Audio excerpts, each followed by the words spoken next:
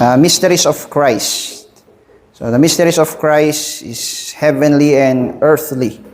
So, yun po yung ating titingnan ngayon sa John chapter 3 verse 9 to 14. Kita tayo dagiti mysterious ni Kristo. Dagiti mysterious nga da kanya po yung Yeso Kristo kita yung misteryo nga babaen kanya na kahit addada iti banbanag dito'y lubong nga nainlangitan ken nainlubungan or jay panagkuyog iti kinanainlangitan ken kinanainlubungan. Usarin tayo gamin yung word nga nainlubungan kasla dakes nga dagos niya kabsat. I think na-clarify ko na ito idi. When I say earthly, tika tayo nga sawen iti dito nga sense ket ang ibig nating sabihin dito is yung mga bagay na andito pa lang sa mundo. Ano po? Pero ito ang misteryo na kay Kristo may katotohanan ang bagay na makalangit ay nandito na sa mundong ito. At ito ay gumagalaw sa kanyang kahulugan, sa kanyang katotohanan, sa kanyang kapangyarihan sa mga bagay na nandito pa lang sa mundong ito. Ano po? So, yun ang ating pag-aaralan ngayon dito sa John chapter 3. We'll start reading from verse 1 up to verse 14. So, now there was a man of the Pharisees named Nicodemus, a ruler of the Jews. This man came to Jesus by night and said to him, Rabbi, we know that you are a teacher come from God, for no one can do these signs that you do unless God is with him. Jesus answered him, Truly, truly, I say to you, unless one is born again, he cannot see the kingdom of God. Nicodemus said to him, How can a man be born when he is old? Can he enter a second time into his mother's womb and be born? Jesus answered, Truly, truly, I say to you, unless one is born of water and the Spirit, he cannot enter the kingdom of God. That which is born of the flesh is flesh, and that which is born of the Spirit is spirit. Do not marvel that I said to you, you must be born again. The wind blows where it wishes, and you hear its sound, but you do not know where it comes from or where it goes. So it is with everyone who is born of the Spirit. Nicodemus said to him, How can these things be? Jesus answered him, Are you the teacher of Israel, and yet you do not understand these things? Truly, truly, I say to you, we speak of what we know, and bear witness of what we have seen. But you do not receive our testimony. If I have told you earthly things, and you do not believe, how can you believe if I tell you heavenly things? No one has ascended into heaven except he who descended from heaven, the Son of Man. And as Moses lifted up the serpent in the wilderness, so must the Son of Man be lifted up, that whoever believes in him may have eternal life. Okay, so the mysteries in Christ, heavenly and earthly. Let's pray first. Let's pray. God, our Father, we thank you for today we can freely and willingly, worshipfully have our celebrate our Lord's Supper, and we are thankful because you have manifested the truth of your kingdom power in preserving us, in saving us and preserving us, and in joining us together as brothers and sisters, one body in Christ our head, so that your wonders and grace and mercy and power might be proclaimed, might be revealed, manifested in this generation and people and place through us by your grace. So may your presence be truly remembered and celebrated and felt by each and every one. Nagyamang kami, Apo, dahil iti daot king kararagmi, tinagan niya po mga Yeso Kristo. Amen. Okay, so dito sa text na binasa natin, makita tayo dito iti may isa nga panglakayan kadagiti manursuro, dagiti Pariseo, dagiti Hudyo. Iti sekta iti Pariseo nga agnakan ti Nicodemus. So makikita na dagiti aramiden niya puting Yeso Kristo, nakikita niya yung mga ginagawa ng ating Panginoong Kristo na kababalaghan. Kababalaghan ba? Miraculo, sabihin na natin, miraculo. Milagro. Yan. Parang nakakatakot yata yung kakababalaghan. Yung milagro. Yeah. So nakikita niya yung mga milagro na ginagawa ng ating Panginoong Hesus Kristo na nagpapagaling at nabubuhay ng mga patay, nagpaparami ng tinapay. Nakikita nila yung mga bagay-bagay na ginagawa ng Panginoon Hesus Kristo. So ang conclusion nila, imay jay pa nakaawat da ka kunana, dahil ni Nicodemus kunana nga, si kakit may isa kang manursuro nga nagapukin ni Apo Diyos. Yeah? Anya ti sakupin na, iti daytoy nga, anong extent ng ganitong realization ni Nicodemo. Sabi niya, isa kang, you are a teacher, came from God. So, sapagkat nakikita niya yung mga miracles na ginagawa ng Panginoon Hesus Kristo. Ngunit ang sabi ng Panginoon Hesus Kristo, you are a teacher you are a teacher of the Jews, you are a revered teacher of the Jews, but you cannot understand these things. Sabi ni Jesus Christ sa kanya, truly, truly, I say to you, unless one is born again, he cannot see the kingdom of God. So, one can see, ang isang tao, pwede niyang makita yung mga pangmundong, mga bahagi ng paggalaw ng kaharian ng Diyos sa mundong ito. Ngunit, hindi niya makikita yung kabuuan ng kaharian ng Diyos na meron na sa mundong ito. Kung yung kanyang mata spiritually ay bulag pa or hindi pa nabubuksan yung kanyang, hindi pa siya na born again, hindi pa siya pinanganak muli. Hanpay iso na nga ni salakan. No, nga ni salakan ti may nga tao, mabanin nga makitkita na dagiti akin rabaw nga itsura, iti panag-andar, iti pagarian niya po dito yung lubong, ijay iglesia na, ijay iglesia niya po ito yung Yeso Kristo. And dagiti daduma pa nga aramid, nga nadyosan. Ngem, handa nga makita, jay kabuuan, iti na espirituan, kinainlangitan nga panakabalin, kenturay ni Apo, nga adda dito yung lubong. So, tikunan niya po ito yung Yeso Kristo kay ni Nicodemo. Yeah? Nagaduda tita tao who are amazed, who appreciated the good things of Christianity, the outward things of Christianity, and being amazed with these good things, they were moved to join Christianity.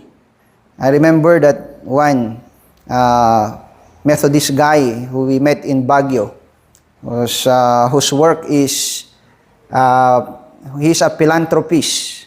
He gather donations from Americans and then come here to the Philippines to give gifts to children.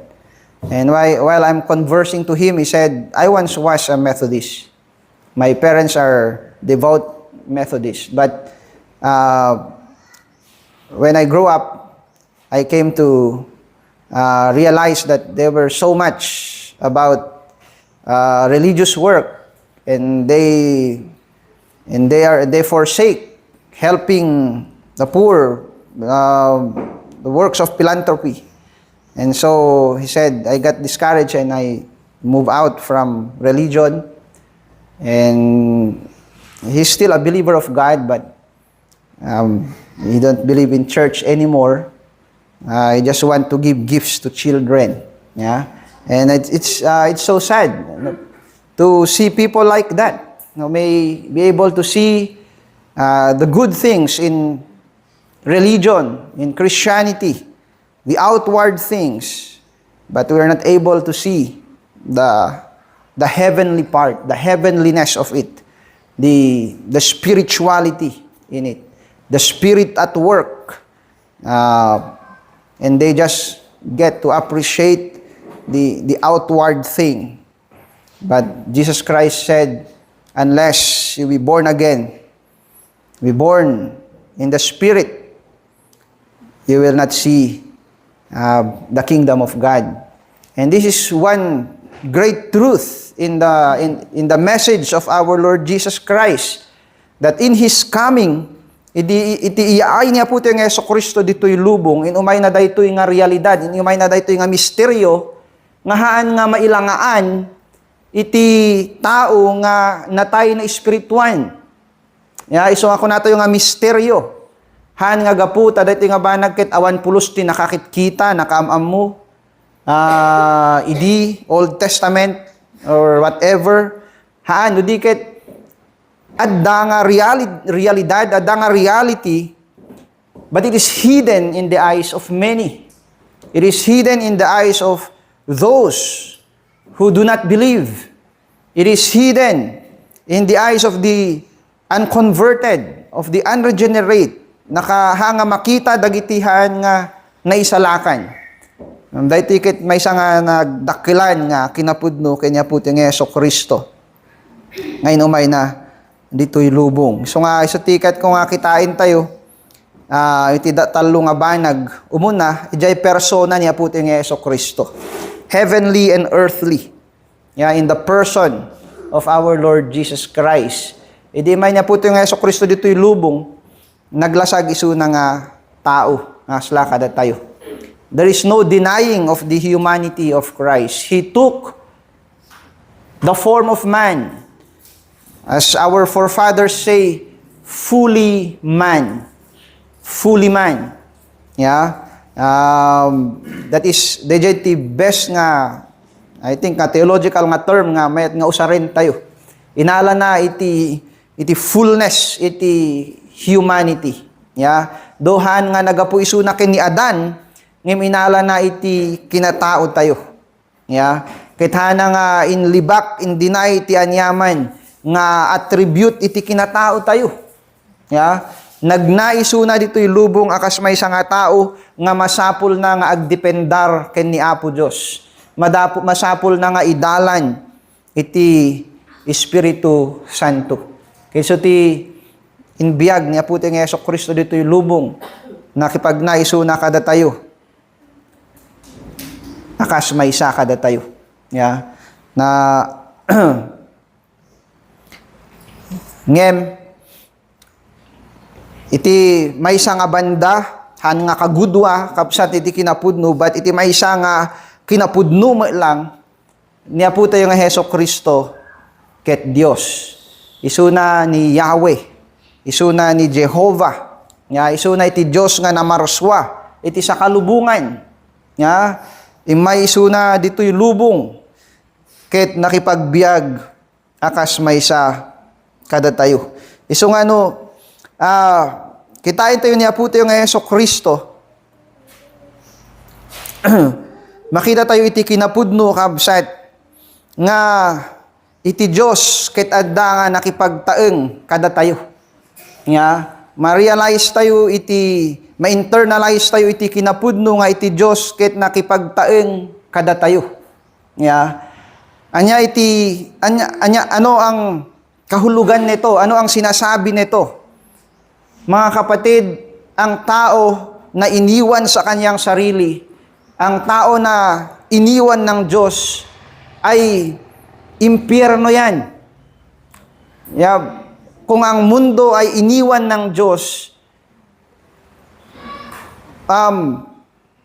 wala nang pag-asa ng kaligtasan. Ang tao na iniwan sa sarili niyang kakayanan, sa sarili niyang kalagayan, ay wala nang kabutihan sa kanya. Kaya mga kapatid, nagagalak tayo na malaman na ang mundo ay hindi iniwan ng Diyos, hindi binitawan ng Diyos, kundi sa sukdulang kaparaanan, ang Diyos ay nagkatawang tao at dumating siya dito sa ating kalagayan bilang mga tao, bilang ating Redeemer and Savior.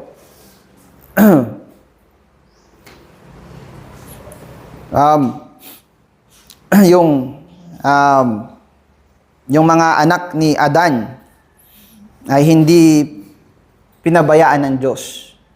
Binigay niya yung hope na sa mga anak ni Adan, dagiti kapututan to ni Adan tuti maipasngay nga mangisalakan. Adan tuti may anak, there nga seed of the woman who will redeem Adam's generation. Yeah. And God was so true to that promise. Yeah. Sabi ni Apostle Paul, He was never far from us. Yeah. And even if this world is dominated by the influence of sin and Satan, Apostle John commented here in John chapter 1 that there's still a glimpse of light, yeah, na hindi nawala yung hope para sa tao dahil merong prinamis ang Diyos na Redeemer. Yeah. And when the Lord Jesus Christ came, naipahayag na ang Diyos ay nagkatawang tao sa ating Panginoong Kristo at ang Diyos ay sa isang espesyal na paraan ay ipinahayag niya yung katotohanan na siya'y nandito sa atin. Ang kaligtasan ay naipagkaloob sa tao sapagkat ang kapangyarihan ng langit ay dumating sa mundong ito. So, anya ti realization tayo dito ikabsat kas kunadagiti tulad ng mga sinasabi ng ating mga ngaral na mga nauna sa atin. Sabi nila, pag tayo'y nakagawa ng kasalanan, tayo yun. Yun yung mundo na tayo. Yun yung fallenness natin. Pag tayo'y nakagawa ng mabuti, ang Diyos yun. And how is that possible? Paano yun nangyayari? Sapagkat ang Panginoong Kristo, ang Diyos, ay dumating dito sa atin at dinala niya ang kapangyarihan ng langit sa lugar na ito that is devastated by sin, so that by His presence, ang kapangyarihan ng langit na magligtas ay may pagkaloob sa atin sa magitan ng banal na Espiritu Santo. Kaya sabi niya, he that is born of the flesh is flesh, and that he is born of the Spirit is Spirit. Through the coming of Christ, the regenerating Holy Spirit was given to us. So makikita natin dito yung katotohanan ng isang mahalagang implication ng dalawang natures ni Kristo. Siya'y Diyos at siya'y tao. Yeah? He came from heaven. Yeah? Kaya ang ibig sabihin ng born again is to be born from above or to be born from heaven. Yeah? Genao anothen. To be born from another world. Yung other world dyan, heaven ang ibig sabihin. Ang Panginoon Kristo galing sa langit. Yun yung misteryo, yun yung katotohanan na datayo, na kayo uncle, da kayo tipang nalakayan mituyen. Nga, at dato'y tayo nga lasag, tagalangit tayo, naipasngay tayo di langit. Kunana ni Apostle Paul, whose names are written, or Apostle John, whose names are written in the book of life. Kunana ni Apostle Paul, the Ephesians, our citizenship is in heaven. Kas ano di ay? Yeah. Yun ay nagkatotoo dahil ang Panginoong Kristo ay dinala niya yung kaniyang kaharian dito. Ang isang tagalangit na naghahari doon ay dumating sa mundong ito. Yeah? At dinala niya yung katotohanan ng langit, yeah, sa ating kalalagayan. Yeah? So, in Christ ay tayo'y na-born again. Yeah? Yun ang katotohanan sa Panginoong Kristo. Yeah? Heavenly and earthly. At ito yung katotohanan na ito ay nakikita na rin ngayon sa ating mga mananampalataya. So, ang katotohanan ng heavenliness and earthliness is a mystery also that abides in the Church of Christ. Nakikita din yon sa atin, mga mananampalataya sa ating Panginoong Kristo. Yeah?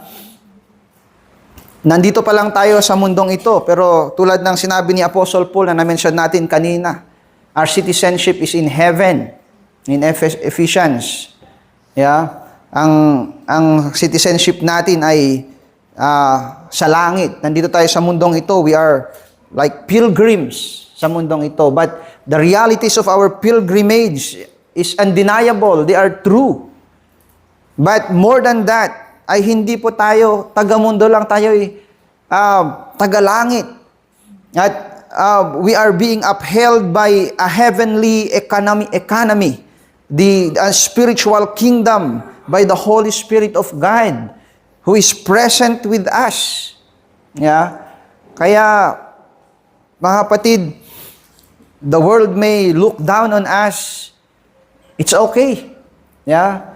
The world may blaspheme the truths that we uphold in Christ, maging ang gospel na pinapangaral natin, maging ang prinsipyo ng ebanghelyo na humuhubog sa ating katauhan, sa ating prinsipyo, ay okay lang. Yeah? Sapagkat ang mga bagay na ito ay makalangit.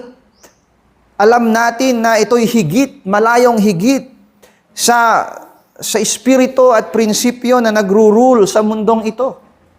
Nakita natin kanina yung instability ng mundong ito, na sabi niya parang wave that is tossed to and fro.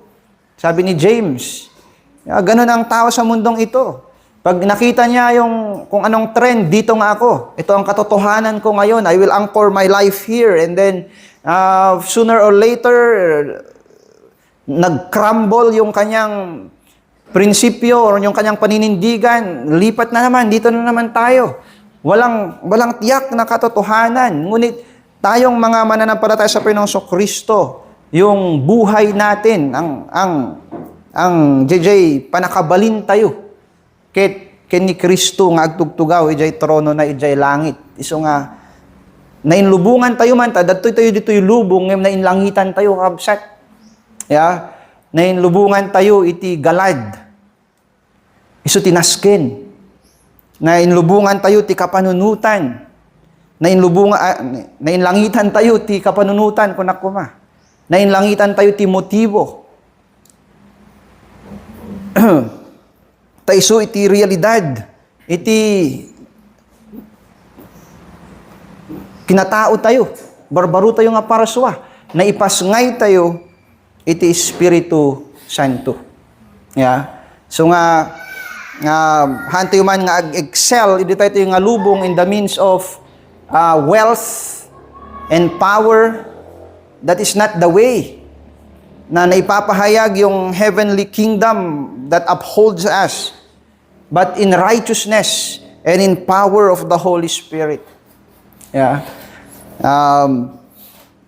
Hantayo nga, we are not, hindi, hantayo nga, hantayo nga mainggit, iti panakabalin, can influence nga iparparang iti lubong, nga iflex iti lubong. No. The world is like its master, Satan, the roaring lion. He's just roaring around, seeking whom he may devour. But he does not hold any power. Yeah? All he has is deception. But we, the kingdom that upholds us is Christ. He is in heaven, seated in the right hand of the throne of God. Stephen saw it. Apostle Paul preached it systematically in his epistles. Yeah? And John saw it gloriously in his visions. So, instead of being amazed and confused and deceived by what the world can show, let us be firm in who we are in Christ. We are citizens of heaven. We are here on earth, but we are citizens in heaven. I remember yung fellowship namin ni Brother Johnny nung the night after na nilibing natin si Tita Rebecca. So I reminded them of the Catholicity of the church. Yeah. Sabi ng ating awitin, yung the Church One Foundation, that great mystic union of the General Assembly of the Redeemed. Yeah, those who are in heaven and we who are here, when we fellowship together in the worship of God, it seems nandun tayo sa loob ng isang templo. At nandun ang ating Diyos. Our fellowship is not just bound in the physical presence of everyone. But when we gather together to offer our worship to God, we do it in mystical union with all the redeemed of God. Sa mga nandito sa mundo at sa mga nandun sa presence ng ating Panginoong Jesucristo. So, we are indeed heavenly and earthly, being spiritually born in Christ. And lastly, the mystery of the sacraments, which today we are going to remember, baptism and the Lord's Supper. In baptism, we show our union with Christ. Yeah, and though it is a physical remembrance, but it's more than that. The Lord promised the continuity of the manifestation of His redeeming power to us who obey. Kada tayo nga ag-obey with sincerity of heart, that we are truly one with Christ in His death, His burial and resurrection, so that in that we are in Christ, we are joined into His body of redeemed believers. Nakimaymaysa tayo. Nakimaysa tayo ken ni Kristo. Hindi pa nakimaymaysa tayo ken ni Kristo, nakimaymaysa tayo kadagiti amin nga sinubbot na. Yeah. So nga awan ti makawaswas iti dayta. Tadayta kita inordena iti Dios ijay langit. Yeah. Haan nga mawaswas iti sinuman. Iti sinuman nga inayon ni Kristo iti bagina. Kastamo lang kabsat iti yung ating Lord's Supper. Yeah. Our forefathers once zealously fought for this truth. Kung yung bread and wine is just a mere remembrance, or thus it carry in it spiritual truths, realities that is a part in the fulfillment of God's redeeming work in His people. And so this is very important to us. Yes, we acknowledge ito'y remembrance. Remembrance natin sa Panginoong Jesucristo. Remembrance that we are supping, we are eating spiritual food from heaven in Christ. That we are sustained not just by physical food, but a spiritual food that came from God, given to us in Christ. But it's not just remembrance of those truths. It's making those truths real to us. Binibahagi yung kapangyarihan nito sa atin. That's why when we gather together to receive the bread and the wine, We bow in reverence before God that He is in our fellowship. He is indeed with us as we look forward for His coming again. We have Him in our midst. Ang Panginoon ay nasa ating kalagitnaan. Yeah. So, these are the mysteries that we have in Christ. And this world is not worthy. Iti daytoy kabsat nga nagdakkelan nga banag. Nga iti langit, iti kinapudno iti langit. Haan man nga fullness iti langit. But even a pinch of the glory of heaven, nga naipaay iti daytoy nga lubong, kit nagdakkelan kabsat, nga mangipaay iti kabailan ken karbengan kada tayo, nga urnong, nga i-celebrate iti kinapudno iti langit, nga idayaw ni Apo Dios iti dayaw nga maakseptar na. Gamin sino ti tao dito'y lubong, nga makipaay iti dayaw nga maakseptar. Awan, maliban, ken ni Apo tayo, nga Hesus Kristo. So nga, kakabsat, kasta una iti ragsak iti Kristiyano, nga agbibiyag. Iti daytoy nga kinapudno. So nga,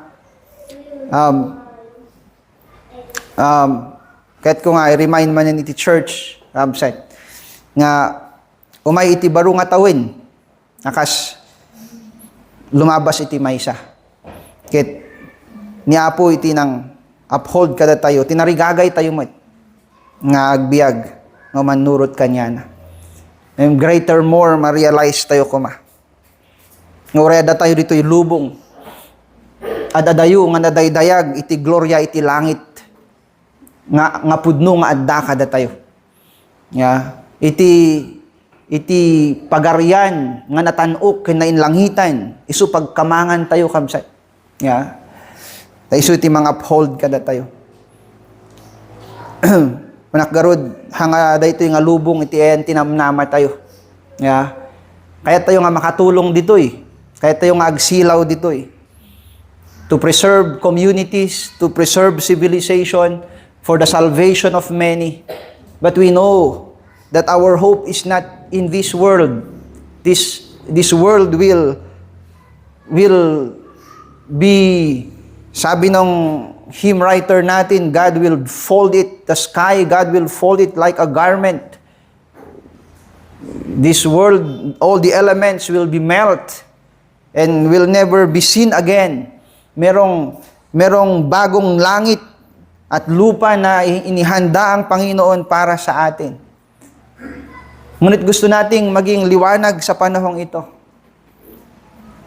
Ngunit ang ating hope ay sa langit na bayan, na kung saan ang kapangyarihan, doon ang gagaling ang kapangyarihan, na kung saan tayo'y nakakatayo at nakapaglingkod, nakapag-worship sa Diyos. Sana'y ito ang maging katotohanan na may papahayag sa buhay natin, mga kapatid, sa taong ito.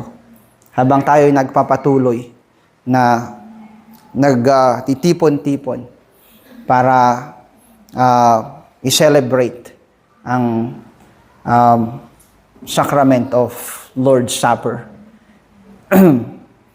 Naaalala natin ang katotohanan na we are not just earthly. We are heavenly in Christ. So, hiling ko po na manalangin tayo, mga kapatid. God our Father, we thank you for this moment that you have kept us and preserved us by your grace and mercy so that we may continue, O God, to serve you and offer up sacrifices which due to your name.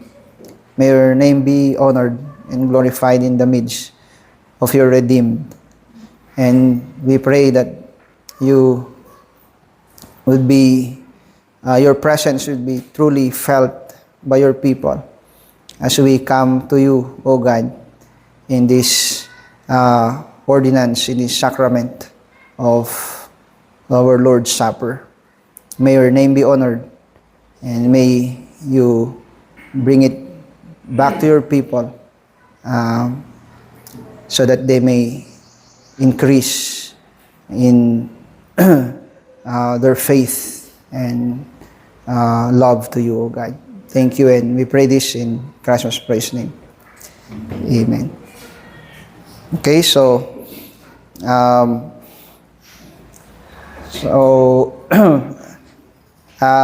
again, kahit ko nga i-remind